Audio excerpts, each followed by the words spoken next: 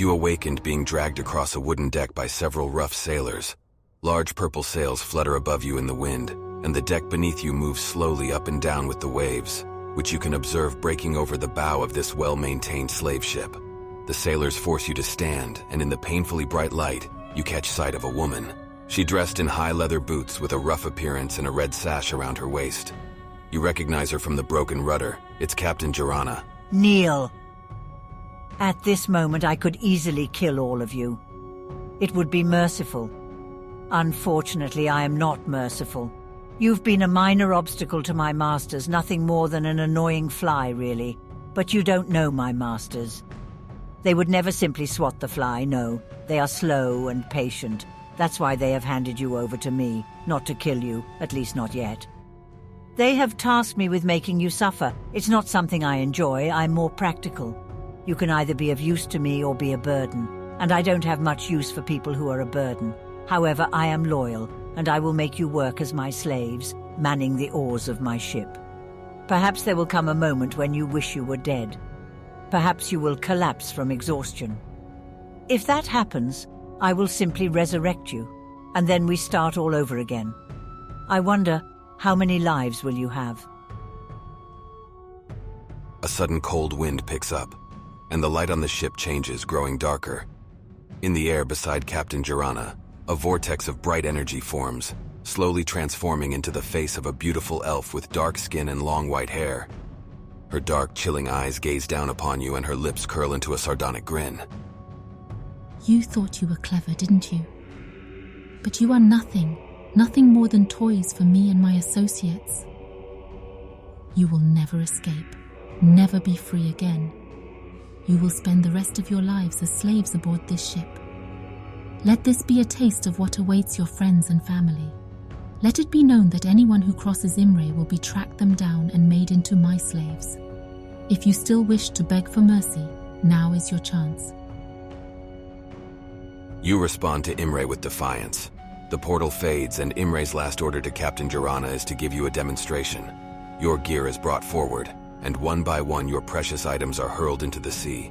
You watch in silence until the cage holding 6 is brought forth, and as the kitten is hurled into the sea, you can take it no longer.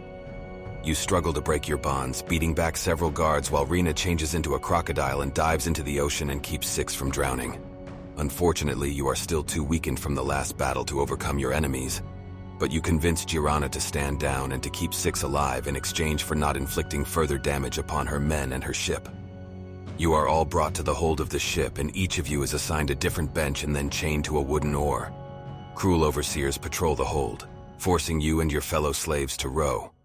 You speak with several of your fellow slaves and gather information while preparing an escape plan. As talking is punished by lashing, the telepathic ability of Ycronix is crucial in allowing you to communicate and plot your escape. 2 days later, you start an escape attempt after you observe the ship anchoring near the shore, and several of the ship's crew leaving in a boat. Several of you manage to break free from their chains and quickly overwhelm the overseers. Ycronix delivers an impressive speech but spectacularly fails to convince the other slaves to join the escape. Through clever use of illusion magic, you mimic Captain Girana's voice, confusing the remaining guards, but eventually they close the exits from the hold. You negotiate with Captain Girana and she offers you a deal.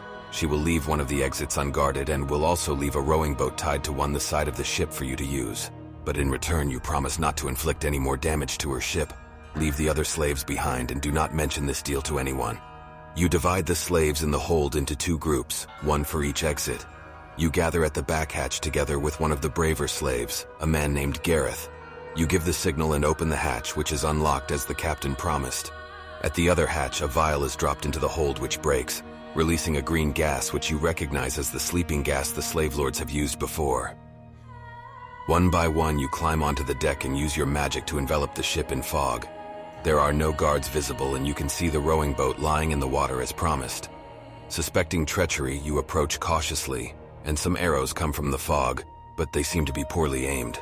Drekel, Gareth, and Ycronix drop into the boat while Rena dives into the water as a crocodile. Then you remember that 6 is still held by the captain. Winnie and Fabian quickly break into the captain's quarters and grab the cage with the displacer beast kitten, a bag of coins, Winnie's saber, and a nice outfit. They leap into the boat with their booty and they cast off, Finally free. As they row towards a beach on the nearby hilly shore, they discover the boat has been sabotaged. There is a hole in the hull and it is quickly filling with water. There is enough time to reach the shore, but without repairs, the boat will be mostly useless after that. You camp near the shore and rest, and some of you scout the surrounding area, gather fresh water and some food. You also find a trail nearby winding along the shore and decide to leave tomorrow in the direction of Higport, the slave lord's secret port, to continue your search for Dreckel's brother and the captured wizard Xenopus. During the first day of your journey north, you come across an abandoned hunter's village. The cottages seem to have been abandoned peacefully and few useful things remain. Still, you manage to gather some clothes and a few useful tools from the empty houses. At the end of the day, you stand atop one of the hills, and below you the shore curves to the north with impressive white cliffs separating the land from the sea. In the far distance, you see the lights of a large city. This city was known as Chathold and was the capital of a region known as Almor, but it was attacked and razed by the armies of the Overking during the war. You suspect it to be the city the slave lords refer to as Highport.